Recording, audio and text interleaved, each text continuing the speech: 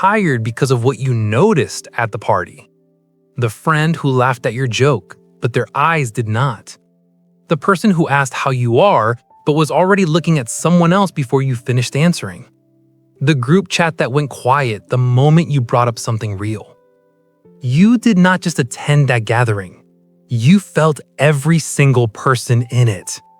Their fake smiles, their hidden agendas, their selective kindness. And you gave all of them your full, genuine, real self. And drove home alone, wondering why you feel so completely empty. This is not social exhaustion. This is something much deeper. And nobody is talking about it honestly. Until now. Most people will tell you that you're exhausted because you're introverted, because you need alone time, because social situations drain certain personality types. That is partly true, but it's not the whole truth. And the part nobody mentions is the part that actually hurts. You are exhausted because you're one of the rare people who shows up completely. When you care about someone, you actually care. You remember what they told you 3 months ago about something that was worrying them. You check in, you follow up, you notice when something is off before they say a word. You give people your full attention, your genuine emotion, your real energy. And slowly, without even realizing it, you started noticing something that broke a part of you quietly. Most of them are not doing the same. There's a specific moment every deeply feeling person experiences. It doesn't happen all at once. It creeps in slowly. You're sitting with your friend. They're telling you about their problem, and you're fully there, asking the right questions, saying the right things, feeling their pain almost as much as they are. And then something happens. You mention something that's bothering you, something real, something you've been carrying, and you watch their eyes. They're nodding, but they're not hearing you. They're waiting for you to finish so they can go back to talking about themselves. And you stop mid-sentence, not because you ran out of words, but because you suddenly see it with complete clarity. This is not an equal exchange. It never was. And here's the psychology nobody explains. When one person in a relationship is operating with full emotional presence and the other person is operating on autopilot, psychologists call this an empathy imbalance. And highly sensitive people almost always end up on the giving side, not because they're weak, because they're wired to feel deeply, to give genuinely, and to see the best in people, even when the evidence suggests they should stop. Your brain does something called positive attribution. When someone treats you poorly, your brain immediately searches for a reason that protects them. They're going through something. They didn't mean it like that. Maybe I'm being too sensitive. You make excuses for people who have never once made an excuse for you, and you keep giving. Until one day, you come home feeling nothing. Not peace, not warmth, just hollow. Can I be honest with you about something most people are too polite to say? Some of the people in your life are not bad people, but they are not your people. They like the version of you that listens. They like the version of you that shows up. They like the version of you that makes them feel good about themselves. But they have never once sat with the version of you that is struggling. They have never noticed when you went quiet. They have never asked the second question, the one after "I'm fine," that would have actually reached you. And you kept showing up anyway, because somewhere inside you, there is this belief: if I give enough, if I am present enough, if I care enough, eventually they will meet me at the level I've been waiting at. That moment never came, and the exhaustion you feel is not from the social event. It is from finally starting to understand that it never will. Psychologists have a name for what you're experiencing: compassion fatigue. It does not only happen to nurses and therapists. It happens to the friend who's always available, the person who always picks up the phone, the one who remembers everyone's pain while quietly managing their own. Here's what happens inside your brain. Every time you give genuine emotional energy and receive nothing back, your brain registers it as a small threat. Not dramatic, not obvious, just a quiet signal. This is not safe. And over time, these signals accumulate. Your nervous system starts associating social interaction not with connection, but with depletion.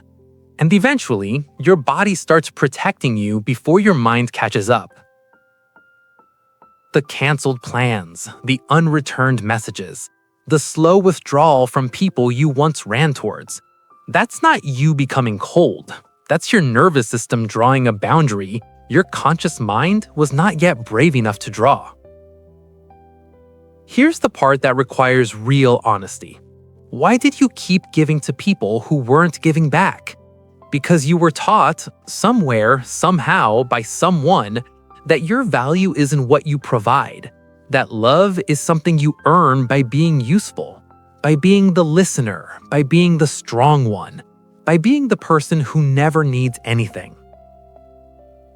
And so you became that person, so naturally, so completely, that you forgot it was never supposed to be a permanent role. You are allowed to need things too. You're allowed to have a bad day and be the one who needs to be heard. You're allowed to give less and still be worthy of the people around you. But until you believe that, truly believe it, you'll keep attracting the same kind of people. The takers, the half-present ones, the ones who love your energy but never think to ask where it comes from or what it costs you. So how do you actually fix this? Not with inspirational advice, with real steps that change your daily life. Step 1.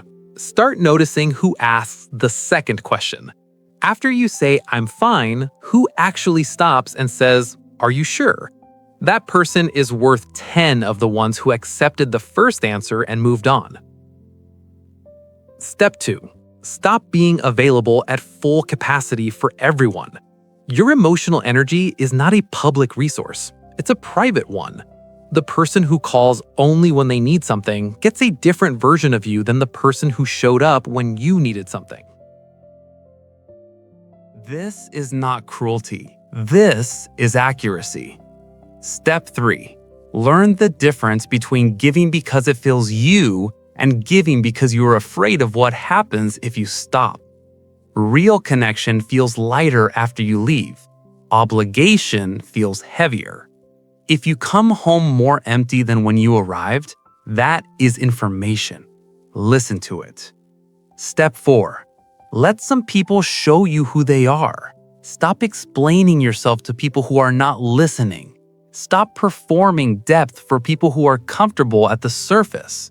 Some people are not ready for the kind of connection you are offering. And that is not your failure, that is just the truth. Here is what I want you to take from this. The exhaustion you feel is not a sign that something is wrong with you. It is a sign that you've been spending your rarest resource, your genuine emotional presence, in places that could not hold its value. You are not too sensitive. You are not too much. You are not the problem. You are someone who has been giving 5-star quality presents to people who are only ever capable of receiving it without once recognizing what it cost you. That ends now. Not with anger, not with resentment, but with a quiet decision. I will still be who I am. I will still feel deeply. I will still give genuinely, but I will start choosing more carefully who deserves to be inside that. The people who drain you most are not always the obvious ones. Sometimes they're the ones you've known the longest, the ones you defended, the ones you excused, the ones you kept choosing anyway. And there's a specific reason why deeply feeling people stay in these dynamics far longer than they should. It's not weakness. It's not stupidity.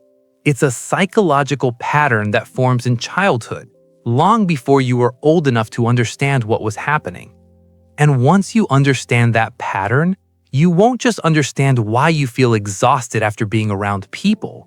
You'll understand every relationship in your life that left you feeling less than you deserved. That's the next video.